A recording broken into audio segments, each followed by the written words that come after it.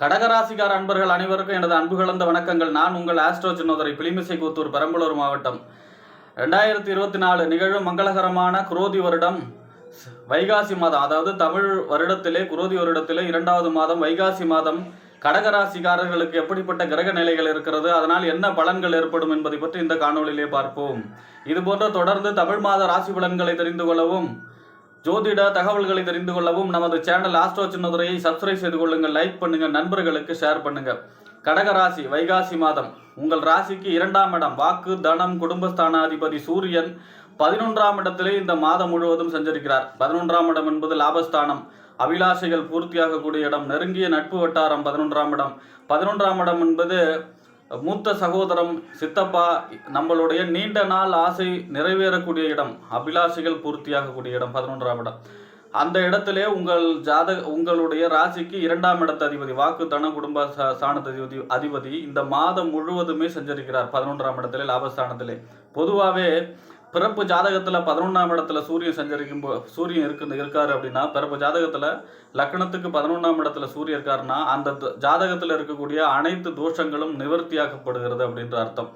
அதே போல உங்கள் ராசிக்கு இந்த சூரியன் இந்த வைகாசி மாதம் முழுவதுமே உங்கள் ராசிக்கு 11ஆம் இடத்திலே சஞ்சரிக்கிறார். ஏற்கனவே அங்கே குரு இருக்கார். அப்போ குரு சூரியன் 11ஆம் இடம் இந்த மாதம் கடகராசிக்காரர்களுக்கு வலுவடைகிறது. 4 கிரக சேர்க்கை ஏற்பட போகிறது. ஆக இந்த வைகாசி மாதம் கடகராசிக்காரர்கள் தொட்டது துலங்கும், எடுத்த காரியத்திலே வெற்றியை கொடுக்கக்கூடிய அமைப்பாகவே இருக்கிறது. வாக்கு தன குடும்பஸ்தான அதிபதி போய் 11ஆம் இடத்தில் இருக்கும் பொழுது, 11ஆம் இடத்தில் ஏற்கனவே அங்கே குரு இருக்கும் பொழுது பொருளாதாரம் சம்பந்தமான கொடுக்கல் வாங்கல், ஏன்னா 2ஆம் இடங்கிறது வருமானம், பொருளாதாரம், அது பொருளாதார சம்பந்தமான கடன் கேட்ட இடத்துல கிடைக்கும். நமக்கு வர வேண்டிய தொகை வந்து சேரக்கூடிய அமைப்பு, பொருளாதார சம்பந்தமான அனைத்து பிரச்சனைகளும் முடிவுக்கு வரும் மாதமாக இந்த வைகாசி மாதம் இருக்கும். அடுத்ததாக உங்கள் ராசிக்கு 3ஆம் இடம், 3ஆம் இடத்து அதிபதி 12ஆம் இடத்து அதிபதி புதன். உங்கள் ராசிக்கு 3ஆம் இடம் என்பது இளைய சகோதரம், 3ஆம் இடம் என்பது நம்மளுடைய தைரிய வீரிய பராக்கிரமம்னு சொல்லுவாங்க. 3ஆம் இடம் இளைய சகோதரம், தைரியஸ்தானம், வீரியஸ்தானம். அதே போல் 3ஆம் இடம் என்பது ஒப்பந்தம், கையெழுத்து, தகவல் தொடர்பு, இதெல்லாமே 3ஆம் இடம் தான். இந்த 3ஆம் இடத்து அதிபதியும் 12ஆம் இடம் அயன சயன போகஸ்தானம், வெளிநாடு சம்பந்தமான விஷயங்களை சொல்லக்கூடிய இடம். ஆக இந்த 3க்கும் 12க்கும் உடையவர் யார் என்றால் புதன் உங்கள் ராசிக்கு. இந்த 3க்கும் 12க்கும் உடைய புதன் உங்கள் ராசிக்கு 10ஆம் இடத்திலே சஞ்சரிக்கிறார். எதுவரை என்றால் வைகாசி மாதம் 18ஆம் தேதி வரை 10ஆம் இடம் என்று சொல்லக்கூடிய தொழில் ஸ்தானத்திலே, தொழில், புகழ், அந்தஸ்து, கௌரவத்தை சொல்லக்கூடிய இடத்திலே சஞ்சரிக்கிறார்.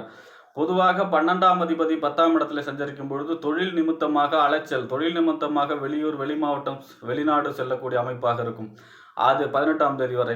அதே போல 3ஆம் இடத்து அதிபதி 10ஆம் இடத்துல சஞ்சரிக்கும் பொழுது புதிய ஒப்பந்தங்கள் கையெழுத்திடுதல், ஒப்பந்தங்கள் மூலம் தொழிலுக்காக ஒப்பந்தம், கையெழுத்து, பத்திரப்பதிவு, இந்த மாதிரியான விஷயங்களை செய்யக்கூடிய அமைப்பாக இருக்கும். ஏனென்றால் 10ஆம் இடத்திலே தொழில் ஸ்தானத்திலே புகழ், அந்தஸ்து, கௌரவத்தை சொல்லக்கூடிய இடத்திலே புதன் சஞ்சரிக்கிறார். உங்கள் ராசிக்கு 3க்கும் 12க்கும் உடையவர்.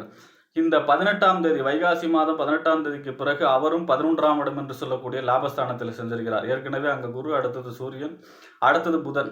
ஆக 3 கிரகம் ஆயிடுச்சு. 11ஆம் இடம் என்று சொல்லக்கூடிய லாபஸ்தானத்தில் செஞ்சரிக்க போகிறார். அது இதைவிட மிகச்சிறப்பான பலன்களை கொடுக்கும். அதாவது 12ஆம் இடத்து அதிபதி 11ல் செஞ்சரிப்பது, 3ஆம் இடத்து இளைய சகோதர வழி லாபங்கள், ஒப்பந்தங்கள் மூலம் வருமானம், கையெழுத்து மூலம் வருமானம், புதிய செய்தி, நல்ல செய்தி வந்து சேரக்கூடிய அமைப்பாக இருக்கும். அடுத்ததாக உங்கள் ராசிக்கு 4ஆம் இடம், வீடு, வண்டி, வாகனம், மனை, தாயார், சுகஸ்தானம் என்று சொல்லக்கூடிய 4ஆம் இடத்து அதிபதியும் 11ஆம் இடம் என்று சொல்லக்கூடிய லாபஸ்தான அதிபதியும் யார் என்றால் சுக்கிரன். இந்த மாதம் வைகாசி மாதம் 6ஆம் தேதி வரை 10ஆம் இடத்திலே சஞ்சரிக்கிறார். தொழில், புகழ், அந்தஸ்து, கௌரவத்திலே ஸ்தானத்திலே சஞ்சரிக்கிறார். இந்த 6ஆம் தேதிக்கு பிறகு, வைகாசி மாதம் 6ஆம் தேதிக்கு பிறகு அவரும் 11ஆம் இடத்திலே தன்னுடைய சொந்த வீட்டிலே ஆட்சி பெறுகிறார். இது ஒரு சிறப்பான நிலை. அதாவது 11ஆம் அதிபதி 11லேயே ஆட்சி. அப்போ நம்ம இந்த 11ஆம் இடம் வலிமை அடைஞ்சா என்ன அர்த்தம்? 4 கிரகம் சேர்க்கை இந்த மாதம்.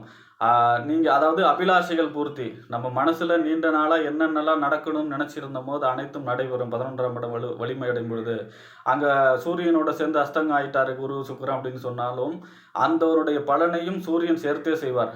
ஆக 11ஆம் இடம் வலுவடைகிறது. 11ஆம் அதிபதி 11லே ஆட்சி பெற்று எண்ணிய எண்ணங்கள் அனைத்தும் வெற்றி பெறக்கூடிய அமைப்பாகவே இந்த மாதம் வைகாசி மாதம் இருக்கிறது கடகராசிக்காரர்களுக்கு. அடுத்ததாக உங்கள் ராசிக்கு 5ஆம் இடம், 5ஆம் இடத்து அதிபதி, 5ஆம் இடம் 10ஆம் இடத்து அதிபதி. 5ஆம் இடம் என்பது என்ன? 5ஆம் இடம் என்பது புத்திரஸ்தானம். 5ஆம் இடம் என்பது தந்தையின் தந்தை ஸ்தானம், பூர்வீக ஸ்தானம், மேடை பேச்சு, நம்மளுடைய சிந்தனை, செயல்திறன், விளையாட்டு ஸ்தானம் 5ஆம் இடம். பொதுவாகவே செவ்வாய் தான் விளையாட்டுக்காரகம். 5ஆம் இடம் என்பது விளையாட்டு ஸ்தானம். அடுத்ததாக 10ஆம் இடம் தொழில், புகழ், அந்தஸ்து, கௌரவத்தை சொல்லக்கூடிய இடம். ஆக இந்த 5க்கும் 10க்கும் உடையவர், ஒரு திரிகோணத்துக்கு அதிபதி, ஒரு கேந்திரத்துக்கு அதிபதி செவ்வாய் உங்கள் ராசிக்கு 9ஆம் இடத்திலே சஞ்சரிக்கிறார். எதுவரை என்றால் வைகாசி மாதம் 19ஆம் தேதி வரை 9ஆம் இடம். 9ஆம் இடம் என்பது தந்தை ஸ்தானம். 9ஆம் இடம் உயர்கல்வி. 9ஆம் இடம் தொலைதூர பயணம். 9ஆம் இடம் என்பது நம்மளுடைய பாக்கியங்களை சேரக்கூடிய, பாக்கியம் சேரக்கூடிய அமைப்பை சொல்லக்கூடிய இடம், நமக்கு சேரக்கூடிய பாக்கியத்தை சொல்லக்கூடிய இடம்.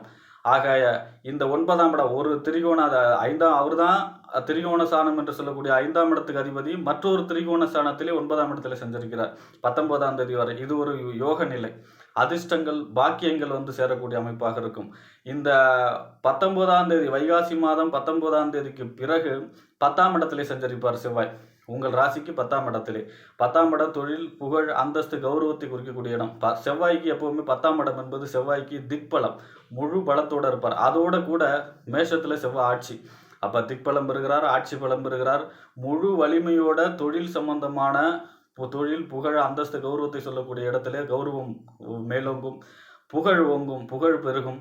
அதே போல் தொழில் மேன்மை பெறும். புதிய தொழில் தொடங்குதல், தொழிலை விரிவுபடுத்தக்கூடிய அமைப்பு, தொழில் சம்பந்தமான வளர்ச்சி பிரமாதமாக இருக்கும். ஏன்னா தொழில் செவ்வாய் 10ஆம் இடத்துல தசம அங்காரகா அப்படின்னு சொல்லுவாங்க. 10ஆம் இடத்துல அவ்வளோ வலிமை அடைவார் செவ்வாய், அதுவும் ஆட்சி பெற்று இருக்கார்.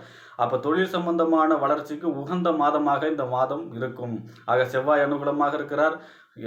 11ஆம் இடத்துல 4 கிரகம் லாபஸ்தானத்தில் அனுகூலமாக இருக்கிறது. ஆக இந்த மாதம் கடகராசிக்காரர்களுக்கு சனியை தவிர அனைத்து கிரகங்களும் அனுகூலமான பலன்களையே தர இருக்கிறார்.